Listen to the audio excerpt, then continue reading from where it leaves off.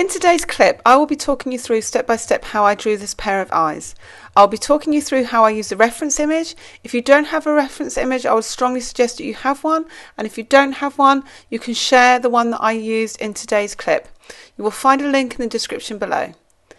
I will also be talking you through the resources that I used so that you can use the resources or similar resources. So let's get on with today's clip.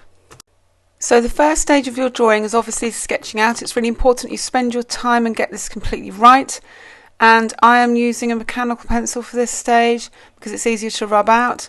You will notice that from my sketch that the eyes aren't completely symmetrical, and that's why I chose to include the reference image to show you. And I've spoken before in previous clips about the fact that when you're drawing a face or a skull or any of these parts of the human body, that your face and your body is not symmetrical. So it's really important that when you are looking at a reference image, you take that into account. For today's clip, I will be using Strathmore Bristol Smooth Paper, as I find that this works really well with colour pencil, and it blends really well with the colour pencil, or you can blend really well on this surface. I will also be using Prismacolor Premier pencils. I like to use these pencils for drawing skin tones and this is why I'll be using these pencils for today's clip. So I'm starting by adding a layer of goldenrod, and then I am adding areas of dark brown onto the iris. I'm starting by drawing the iris area and building up those colours, so I'll be building up lots of colours to those areas. It's really important that when you start with your colour pencils, you build up really light layers. What often happens is people burnish too early, and then what happens with that is it damages the tooth of the paper. So make sure that you start by building up really light layers.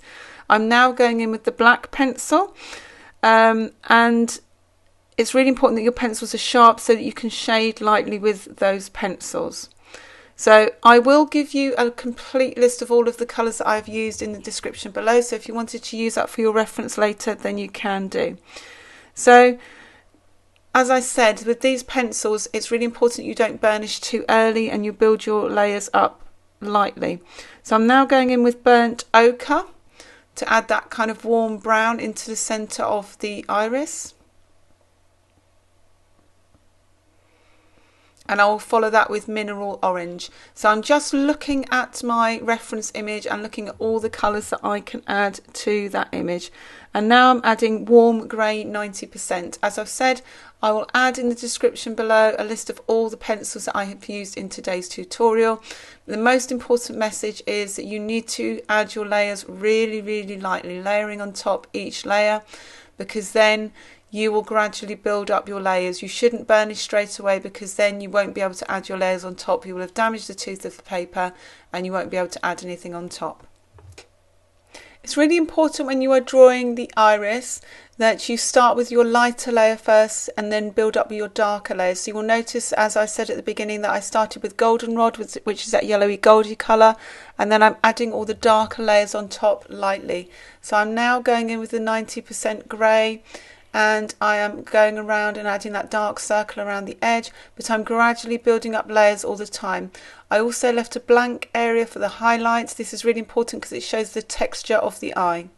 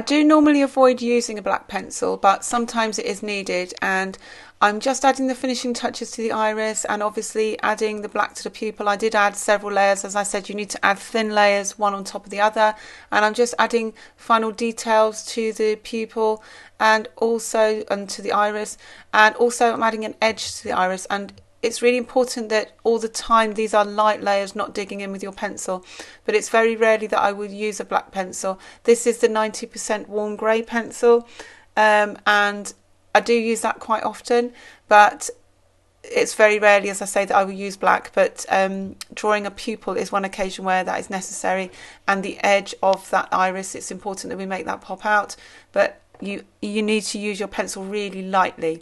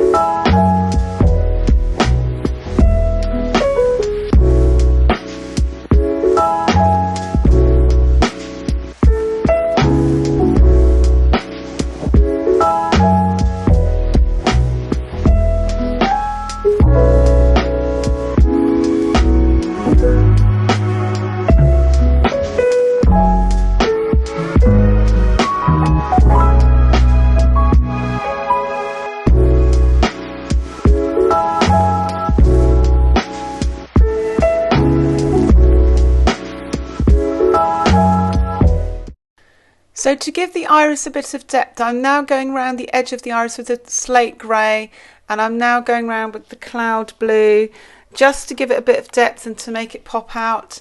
And this is where I will start adding tones to around the iris and around the eye. There will be slight tones at the moment, but later I will start adding tones to the white of the eye. Very often what happens is people will leave the white of the eye white, and that will make it look really flat. And obviously if you look at your reference image, or if you look at someone's eye, there are lots of tones, lots of reflections in the white of the eye, lots of little details, like you can see little broken veins. So there are lots of details there that if you want your eye to look realistic, you need to add as much as possible.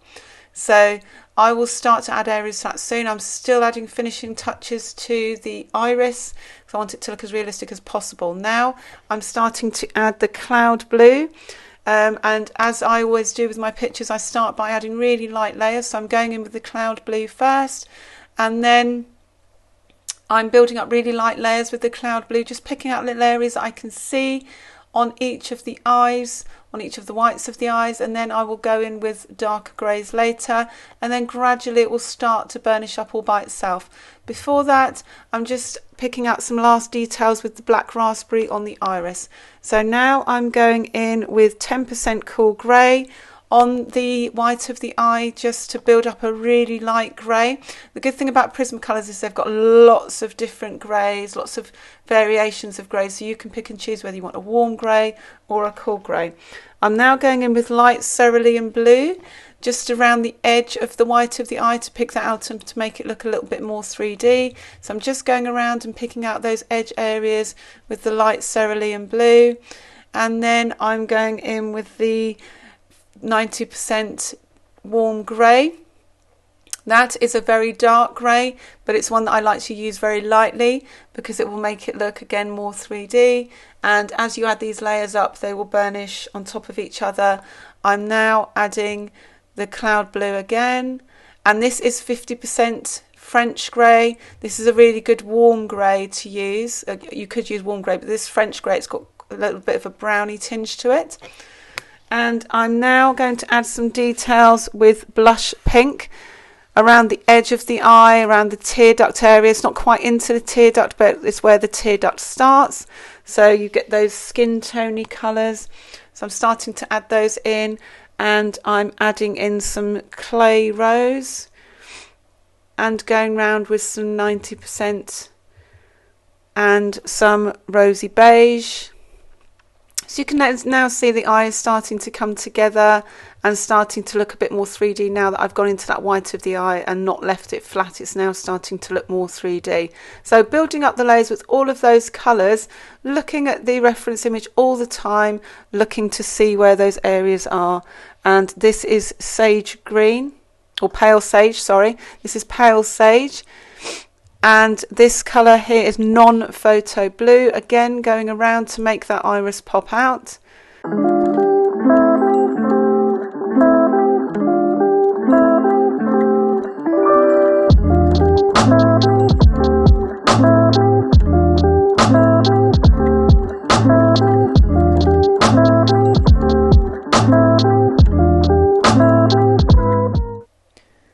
So I'm now going to go in with the blush pink and add a few details like a few broken veins, just going very, very, very lightly. You don't want it to look too severe. And then I'll carry on building up the layers, not too much, just look at your reference image, do it very lightly, one tiny layer at a time, because if you go too dark, then your image will be too dark. But look at your reference image because you need to determine where your light source is. On this image, the light source is on the left, so the right eye is slightly darker. On the right hand side, so this is something that you need to be aware of before you start actually adding colour to your image.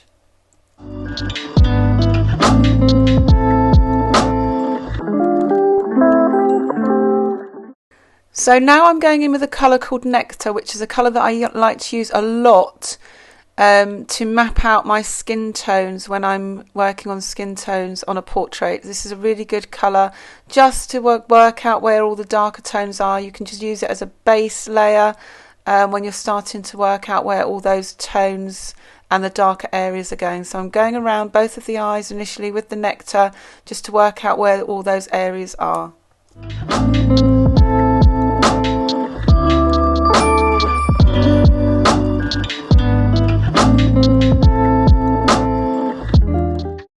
So now I'm going in with a pencil called Chestnut. It's quite a warm colour. It's slightly darker than Nectar, so I'm just using that pencil very lightly to work out where the darker tones are around the eyelid area.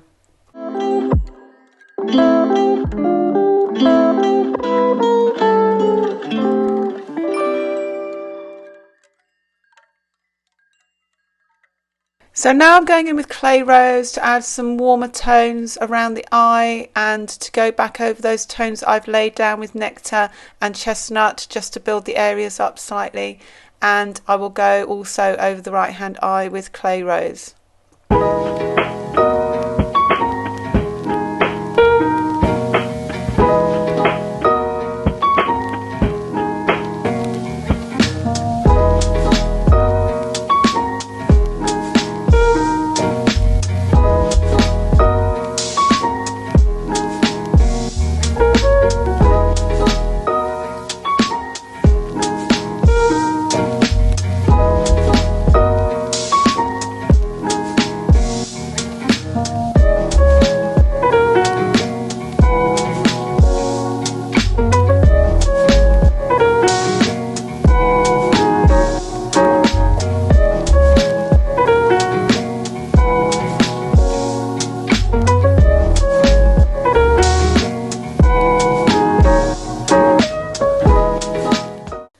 So now I'm going to start looking at the tear duct, and I've started by putting a really light layer of Carmine Red because I want it to look quite bright but not too bright, and then I've worked around that with some chestnut and some rosy beige and some white to bring it down, and then I will carry on working around the eyelids, and I'm also going to do the same on the left hand side with the same colours.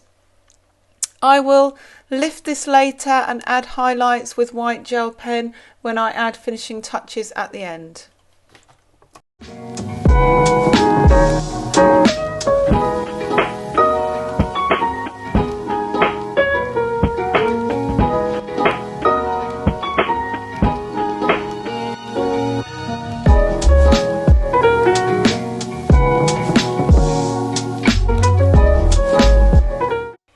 So I'm now going to start layering up around the lids of the eyes. I'm starting by going in with dark tones, so I'm using dark browns mainly the dark brown pencil, and I'm going in and just lightly blocking in areas that I think will come out dark. And then I will look at my reference image and determine what colours I think I need to use, and I will add light layers and gradually build those layers up as I move up towards the eyebrow.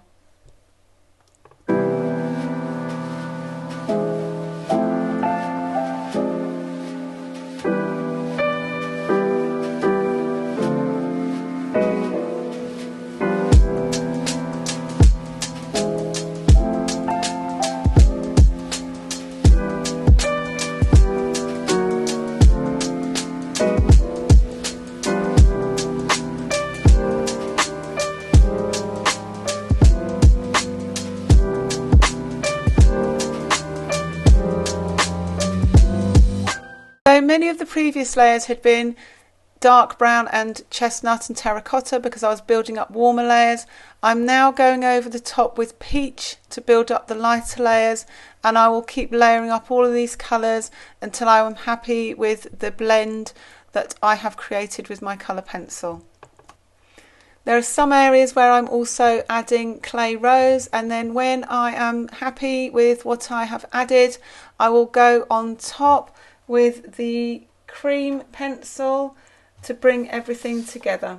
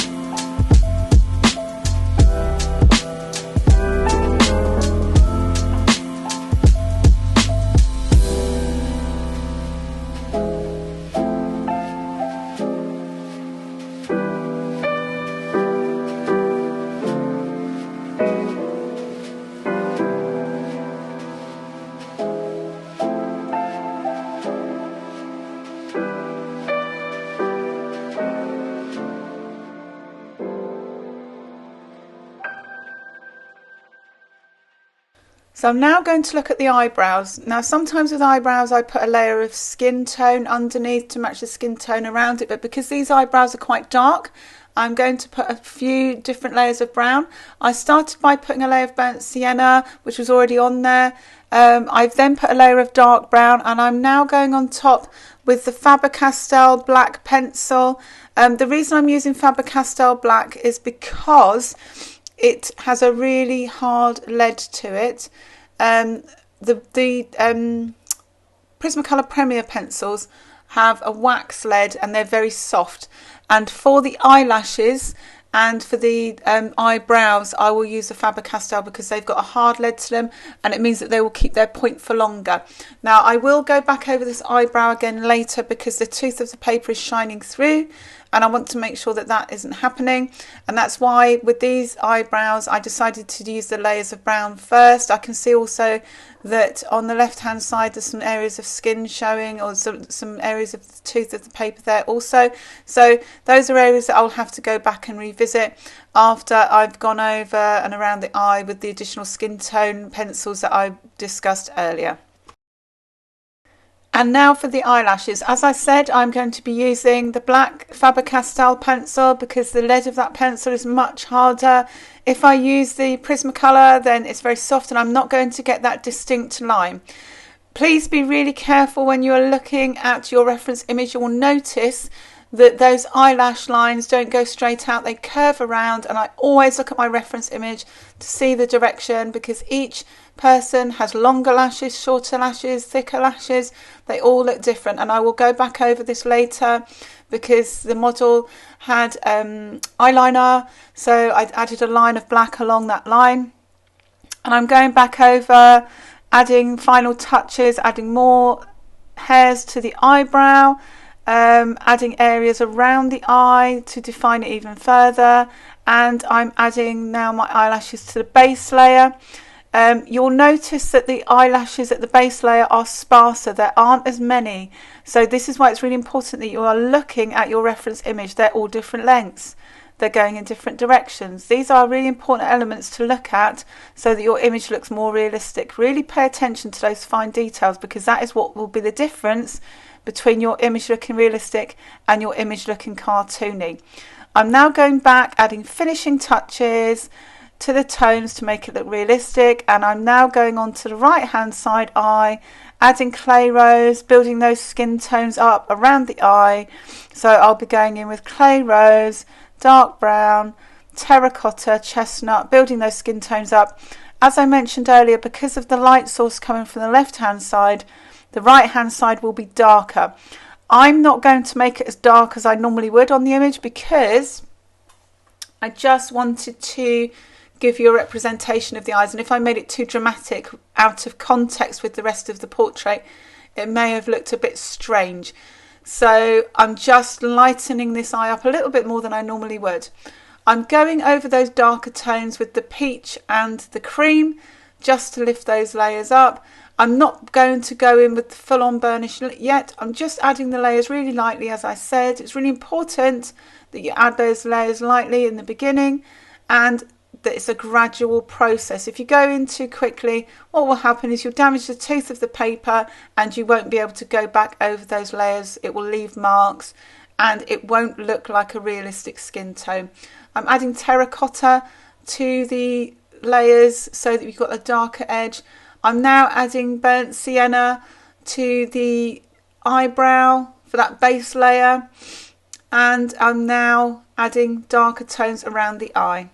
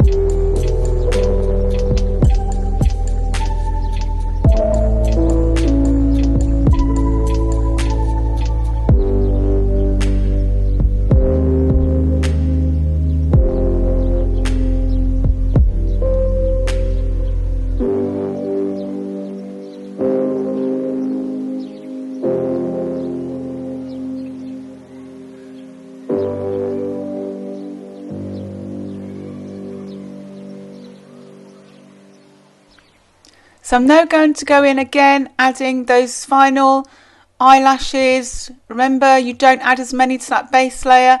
And now for those finishing touches, I'm going to use a white gel pen. I could use gouache, but because of the size of this image, using a gel pen is a more convenient option. And I'm just adding areas into the iris and around the ledge of the eye, around the base, just in between the eyelashes and on the tear duct. So here is the final image. As I mentioned earlier, you should always work from a reference, and if you compare them to the original reference, they're not symmetrical, but that is as to be expected because eyes aren't symmetrical. If you want to take your work to the next level, then why not join me on Patreon?